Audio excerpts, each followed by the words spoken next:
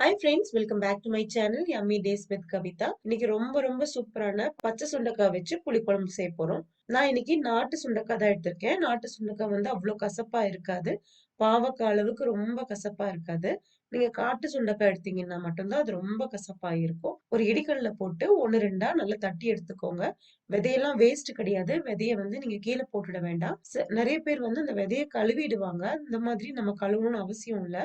ஏன்னா நாட்டு சுண்டைக்காய் வந்து அவ்வளோ கசப்பாலாம் இருக்காது. ரொம்ப டேஸ்டா இருக்கும். ஒரு 4 டேபிள் ஸ்பூன் நல்லெண்ணெய் சேர்த்திருக்கேன். கடுகு, வெந்தயம் போட்டு தாளிச்சுட்டு, கருவேப்பிலை, 2 வரமிளகாய், கொஞ்சமா பெருங்காயம் இதெல்லாம் சேர்த்து நல்லா வதக்கிக்கலாம். கூடவே ஒரு 10 சின்ன வெங்காயத்தை 2ஆ நறுக்கி உள்ள சேர்த்திருக்கேன். இதெல்லாம் நல்லா வதங்கினதுக்கு அப்புறம் நம்ம தட்டி வச்சிருக்க சுண்டைக்காவையும் உள்ள சேர்த்து அந்த எண்ணெயிலே நல்லா வதக்கி எடுத்துக்கோங்க. சுண்டைக்காவை கண்டிப்பா எண்ணெயில நல்லா ஒரு 2-3 நிமிஷம் வதக்கி எடுத்துக்கணும். ஒரு 3/4 பதத்துக்கு சுண்டைக்காய் நல்லா வதங்கிடணும். இந்த அளவுக்கு நல்லா வதக்குனதும் ஒரு 1/4 ஸ்பூன் மஞ்சத்தூள் சேர்த்திருக்கேன். 2 ஸ்பூன் குழம்பு மிளகாய் தூள் சேர்த்திருக்கேன். மிளகாய் தூள் சேர்த்தும் போது ஃப்ளேமை வந்து லோல வச்சுக்கோங்க. பழுத்த தக்காளியா எடுத்திருக்கேன். அதை மிக்சியில அரைச்சு சேர்த்திருக்கேன். உங்களுக்கு அரைக்க வேண்டாம் அப்படின்னா நீங்க அப்படியே 1 2ஆ நறுக்கி கூட சேர்த்துக்கலாம். அரைக்கும் போது நமக்கு கொஞ்சம் கணிசம் கிடைக்கும்.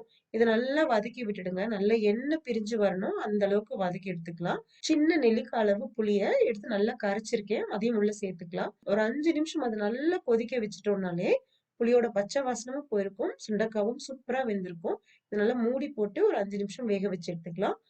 ரொம்ப டேஸ்டியான சுண்டைக்காய் புளி குழம்பு ரெடி ஆயிடுச்சு. இந்த ரெசிபி சூடான சாதத்துல சேர்த்து சாப்பிடும்போது அப்படி இருக்கும். கண்டிப்பா செஞ்சு பாருங்க. செஞ்சு பார்த்துட்டு எப்படி இருந்துச்சுன்னு நமக்கு கமெண்ட்ல சொல்லுங்க. Thank you.